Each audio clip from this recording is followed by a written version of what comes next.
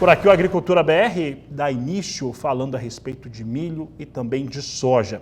Nós vamos começar o destaque falando a respeito do milho, do cereal, porque a gente tem observado a seguinte situação. Nós temos visto mercado futuro, principalmente ali na posição de setembro, ali perder um pouco de valor. Ali às vezes tem ficado mais irregular.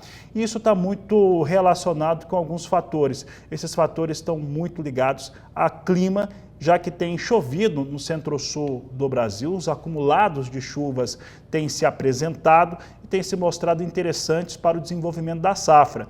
E esse fator pode começar já também a influenciar o mercado físico nacional. Para falar como é que esse movimento está acontecendo para o milho, nós vamos conversar agora ao vivo com Gilberto Leal, que fala ao vivo de Sinop, lá no estado do Mato Grosso, participa conosco.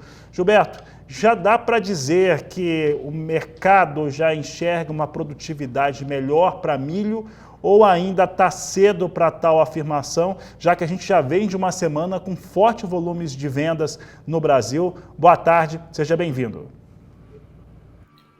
Boa tarde, Fabiano, mais uma vez obrigado pelo convite da gente em trazer aí as informações de soja, milho. Fabiano, milho no Brasil, clima por enquanto extremamente favorável, né? Nós tivemos aí principalmente para o desenvolvimento da safrinha, as chuvas estão sendo até o momento regulares, né? Alguns mapas já mostram também uma diminuição um pouco mais à frente, meados de maio, mas o que é normal, né? Mato Grosso, se só, praticamente, não posso cravar ainda 100%, mas uma grande parte, 90% do milho no Mato Grosso, praticamente já está em escape aí, em relação à questão das chuvas, né? O norte do Mato Grosso também tivemos boas chuvas na semana passada que ajudou também a gente aumentar aí esse índice da safrinha para a nossa região norte aqui. Então, o desenvolvimento é muito favorável, né? Até no último levantamento de safras aí da Conab, né? Um aumento aí do milho em produção total de aproximadamente 2 milhões de toneladas. Vem se desenhando uma boa safra de milho, Fabiano, mas vale salientar também que é necessário, né, que a gente tenha, sim, uma boa safra de milho, porque o balanço brasileiro é extremamente apertado e ainda mais agora se desenhando um cenário de guerra comercial aí que a gente possa ter aí alguns outros mercados para o milho brasileiro, nós precisamos produzir, né? Então é necessário que a gente tenha uma boa produção para que esse balanço nosso tenha uma certa melhora, né? Mesmo com a produção que nós temos agora, ainda é bastante justo, viu, Fabiano? Há um arroxo em relação à oferta e demanda de milho quando a gente olha as projeções, né? Inclusive com uma expectativa de consumo interno mais alto, isso pensando no consumo normal que nós temos e uma elevação para a produção de etanol de milho. Nós podemos ter um estoque de passagem dessa safra 24 e 25 mais arrochado do que a gente tem visto nas últimas campanhas, Gilberto? Fabiano, na verdade é o mesmo cenário que nós vivemos aí, né, num curto espaço de tempo atrás, né, no ano passado.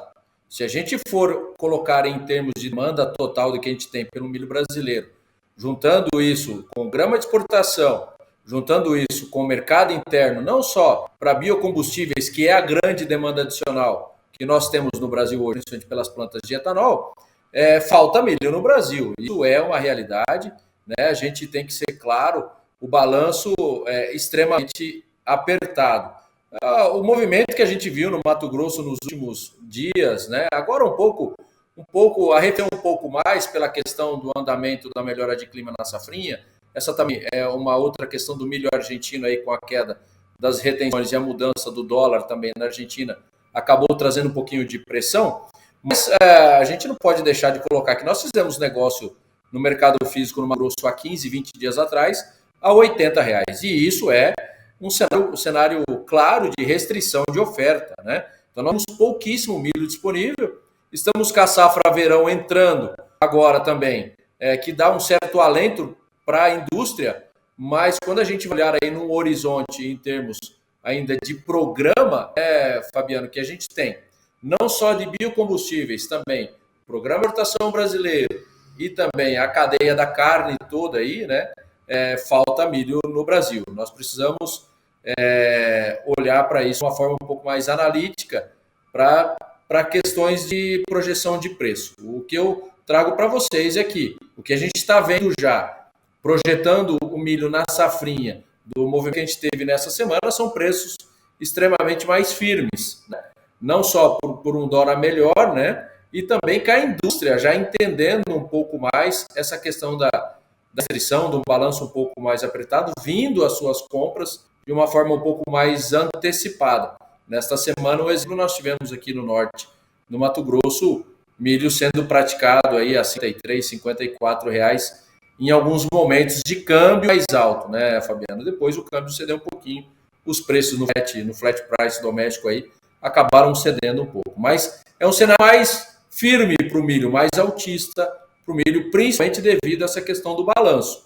Obviamente que a gente tem que olhar também a questão de sazonalidade, né? O produtor tem que saber olhar para isso. Se deixar para tomar a sua decisão no momento de safra, ele vai ser penalizado. Com toda certeza a indústria vai cortar um spread nele aí. É um movimento de movimentação de oferta maior, uma pressão maior na cadeia, e acaba isso se transferindo para os preços, né, Fabiano? Tá certo, Gilberto. Gilberto, passando agora para o tema soja.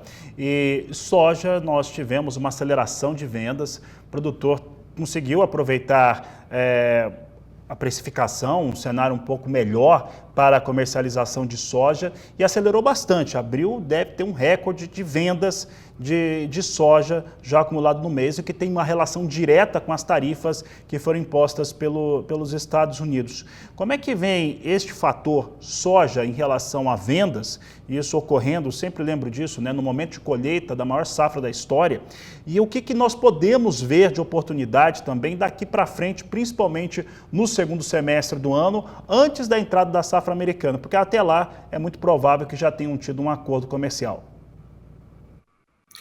Fabiano, eu elenco para vocês não só a Gerdau como o principal, né, competição que andou um pouco mais o Farm Selling nos últimos dias. Temos outras variáveis. Nós tivemos um câmbio mais fortalecido, né, que nos barateando no mercado exportador. O chinês está olhando para isso também, então é oportuno. Preços FOB, nós tivemos uma certa queda, porque o real apreciou demais. Nós tivemos também um produtor buscando realizar as suas fixações pelos compromissos financeiros do 4 e também no 30 do 5. Então, a indústria aproveitou a oportunidade. Obviamente que nós tivemos sim também uma questão tarifária que está nos beneficiando no curto prazo. Os prêmios estão positivos, mas que nós tivemos das máximas uma queda já de aproximadamente 50 centavos de dólar por bushel, que é reflexo dessa ação de oferta, né, Fabiano? E o chinês também viu uma oportunidade. Eu não vejo que esse movimento agora para o maio deva continuar, haja visto que nosso histórico, o maio sendo menos, selling andando um pouco menor, né? E no junho a mesma, né? Olhando para Chicago, fazendo uma análise global agora em relação à safra americana, Chicago tem respondido positivamente, o que acabou colaborando aí para a formação do nosso preço doméstico, né?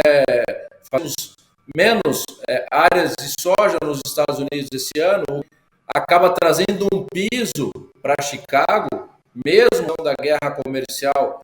Eu vejo que essa área menor dos Estados Unidos acabando um piso aí dos 10 dólares por bushel, e de certa forma eu não acredito que China se ausente 100% da soja americana.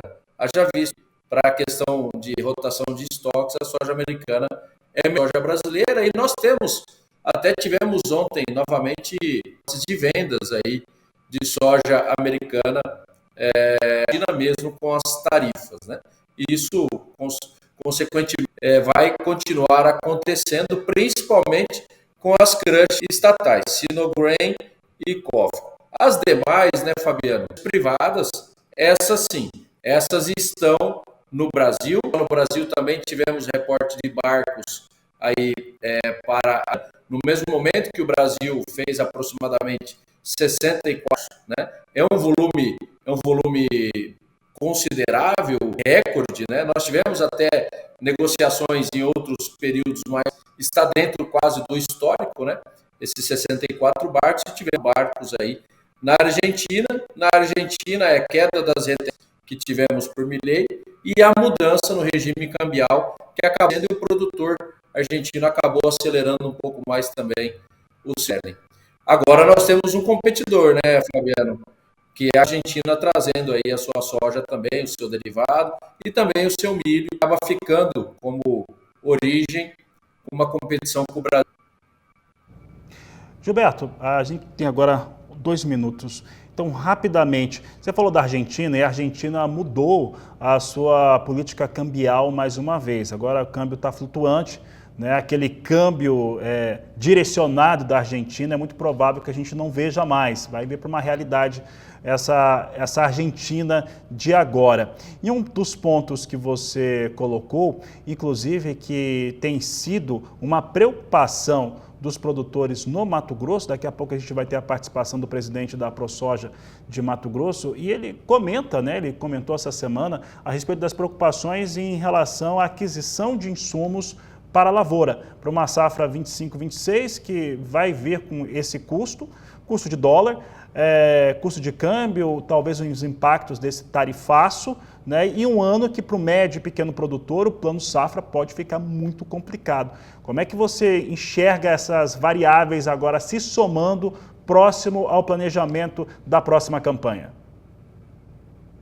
É um problema, né, Fabiano? Esse dólar alto impacta, quando em termos de custo, muito, né? Outra coisa que impacta para nós é o custo, nossa Selic é 14,25 e, consequentemente, na próxima reunião a gente dê elevação porque a inflação continua nos incomodando. E isso está no planejamento da safra, isso já vem impactando. Quando você olha fertilizantes, por exemplo, a gente já teve um encarecimento do fertilizante pela questão de oferta e demanda e outra pela questão de muito apreciado, que acaba nos prejudicando em termos... Temos uma piora na relação também de troca devido a essa questão, principalmente do fertilizante, né, Fabiano?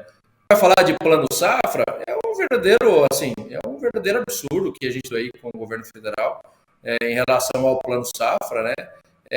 Mas de certa forma não sai isso, né? E isso a gente está vendo no campo, né?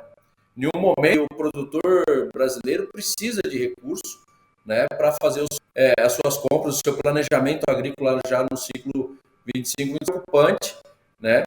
Mas eu não vejo nenhuma saída no curto prazo, não, Fabiano. Haja visto que o que demonstrando, principalmente dentro do governo atual, em relação à forma que ele vê o produtor brasileiro, né? Então eu não vejo nenhuma saída no curto prazo.